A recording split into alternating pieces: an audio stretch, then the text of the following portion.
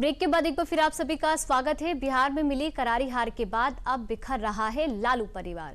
लालू परिवार ने बड़े बेटे तेज प्रताप को चुनावों से पहले ही पार्टी और परिवार से निकाल दिया था। अब उनकी दूसरी बेटी रोहिणी आचार्य ने भी पार्टी और परिवार छोड़ने का ऐलान किया है।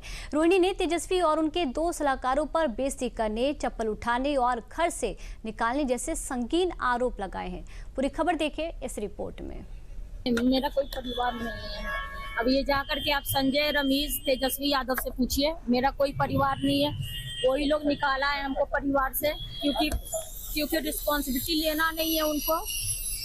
पूरा दुनिया बोल रहा है जो चाणक्य बनेगा तो चाणक्य से आप सवाल पूछिएगा। जब कार्यकर्ता चाणक्य से सवाल कर रहा है, पूरा देश दुनिया सवाल कर रहा है कि पार्टी का ये ऐसा हाल क्यों हुआ। अब जब संजय और रमेश इन लोग का नाम लीजिए तो आपको घर से निकाल दिया जाएगा, आपको बदनाम किया जाएगा, आपको गाली दिलवाया जाएगा, आपके ऊपर चप्पल उठा करके मारा जाएगा। ये लालू यादव की दूसरी बेटी रोहिणी आचार्य है। चेहरे पर गुस्सा और अफसोस है, जुबान पर परिवार और पार्टी से नाता तोड़ने की बात। समय आधी रात। पिछले 6 महीने में 9 बच्चों समेत कुल 11 लोगों के लालू परिवार का दूसरा सदस्य पार्टी और घर से निकला या निकाला गया है। सवाल ये है कि बिहार चुनाव में मिली हार पर अभी आत्मचिंतन भी नहीं शुरू हुआ। उससे पहले परिवार क्यों टूटने लगा, इन कारणों पर भी विस्तार से बात करेंगे। उससे पहले शनिवार की देर रात रोहिणी आचार्य के इस बयान ने रविवार की सुबह सियासी हलचल मचा दी। जेडीयू और बीजेपी दोनों के ही नेताओं ने रोहिणी आचार्य के साथ हुए व्यवहार को लेकर लालू यादव और तेजस्वी को कटघरे में खड़ा कर दिया। आचार्य बेटी है और बेटी जिसने अपने पिता की प्राण रक्षा की, अपने भाई के कलाई में राखी बांधी, उस बेटी के मन में अगर मन पीड़ा है, राजनीतिक पीड़ा होना एक अलग विषय है, लेकिन उसके साथ व्यवहार की पीड़ा अगर है तो यह तो गृह की जो लक्ष्मी होती है, बेटी लक्ष्मी होती है, सरस्वती होती है, उसका अपमान करना यह हमारी परंपरा का हिस्सा नहीं रहा है। और लालू जी, राबड़ी जी इस पर खामोश क्यों हैं? आखिर ये दूसरी घटना हुई। पहले ऐश्वर्या के साथ हुआ, अब रोहिणी के साथ हो रहा है। लेकिन आदरणीय लालू प्रसाद जी से और आदरणीय राबड़ी जी से मैं सादर अनुरोध करूंगा कि परिवार इस तरह नहीं बिखरना चाहिए। जिस रोहिणी आचार्य ने किडनी देकर लालू जी की जिंदगी बचाई और आज उसको ये दिन देखना पड़े, ये उचित नहीं है। इसको जरूर लालू जी को, राबड़ी जी को ध्यान देना चाहिए। इस पूरे मामले पर जब केंद्रीय मंत्री चिराग पासवान से पूछा गया तो उन्होंने बेहद सधे हुए शब्दों में अपनी बात सामने रखी और सियासत की नई मिसाल भी पेश की। मैं इसके ऊपर मैं कोई टिप्पणी नहीं करूंगा, क्योंकि जब एक परिवार ऐसी कठिन परिस्थितियों से गुजरता है तो वो किस मानसिक दबाव में रहता है, इसका अंदाजा मुझे है, क्योंकि मैं भी इस दौर से गुजरा हूं। हम लोगों के राजनीतिक मतभेद जरूर रहे हैं, पर मैंने हमेशा आदरणीय लालू जी के परिवार को अपना परिवार माना है। मैंने हमेशा तेजस्वी हो, तेज हो, मीसा दी हो, रोहिणी जी हो, सबको मैंने अपने भाई बहन ही माना है। ऐसे में बस मैं सिर्फ इतनी प्रार्थना करता हूं कि जल्द से जल्द ये पारिवारिक विवाद सुलझे। उधर रविवार की सुबह करीब 11:30 बजे रोहिणी आचार्य ने एक और ट्वीट कर गंदी गालियां देने और चप्पल उठाने जैसे बेहद संगीन आरोप लगाकर एक बार फिर मायका छूट जाने का दर्द बयां किया। सवाल यह है कि आखिर लालू परिवार में टूट आई क्यों?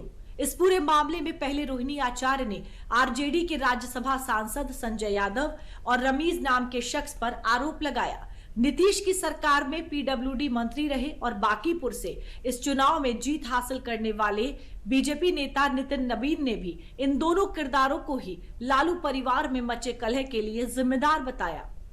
अब ये जाकर के आप संजय, रमेश, तेजस्वी यादव से पूछिए, मेरा कोई परिवार नहीं है।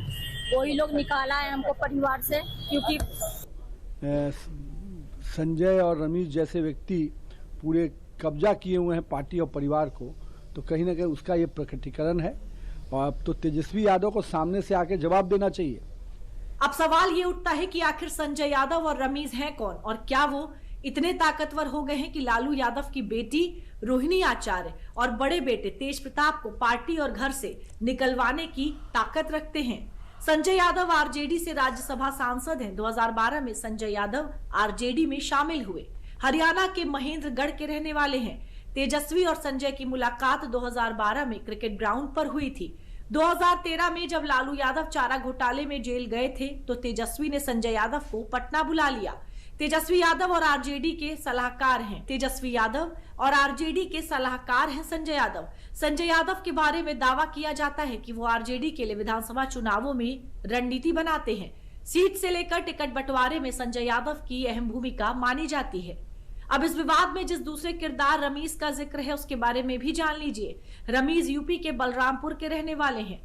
जेल में बंद पूर्व सांसद रिजवान जहीर के दामाद हैं रमीज। यूपी के 2 थानों में हत्या, गैंगस्टर समेत 12 केस दर्ज हैं। 2 साल से आरजेडी के सोशल मीडिया का कामकाज देख रहे हैं। कुछ चंद जय चंदों ने हमारे पीछे लग करके षड्यंत्र रच के और पार्टी से, घर से, हर एक जगह से बाहर कर दिया। क्यों? क्योंकि समझ गया था कि हम दूसरा लालू यादव हैं। इसी साल 24 मई को तेज प्रताप यादव के फेसबुक अकाउंट से एक तस्वीर पोस्ट की गई थी जिसमें तेज प्रताप की अनुष्का यादव के साथ 12 साल से रिश्ते में होने की बात थी। हालांकि कुछ ही घंटों बाद उस पोस्ट को डिलीट कर दिया गया। इसके बाद तेज प्रताप यादव ने सोशल मीडिया हैंडल के हैक होने की बात कही थी। इसके अगले दिन 25 मई को लालू यादव ने सोशल मीडिया पर पोस्ट कर तेज प्रताप को पार्टी और परिवार से बाहर निकाल दिया। उसके बाद से तेज प्रताप ने अपनी अलग पार्टी जनशक्ति जनता दल के बैनर तले चुनाव लड़ा। हालांकि वो बहुआ सीट से हार गए। अब समझिए इस पूरे बवाल में रोहिणी आचार्य वाले चैप्टर की शुरुआत कहां से हुई। 18 सितंबर को रोहिणी आचार्य ने यह पोस्ट शेयर करते हुए संजय यादव पर निशाना साधा था। आलोक कुमार के इस पोस्ट के नीचे एक फोटो चस्पा थी जिसमें बिहार अधिकार यात्रा की बस की दाईं ओर की फ्रंट सीट पर संजय यादव बैठे थे। पोस्ट में लिखा था, इस सीट पर या तो लालू बैठते या फिर तेजस्वी, उनकी जगह कोई भी बैठे, ये समर्थकों को मंजूर नहीं। रोहिणी ने पोस्ट शेयर करते हुए कुछ लिखा तो नहीं, लेकिन उसके बाद लालू परिवार में खटपट की खबरें आने लगी।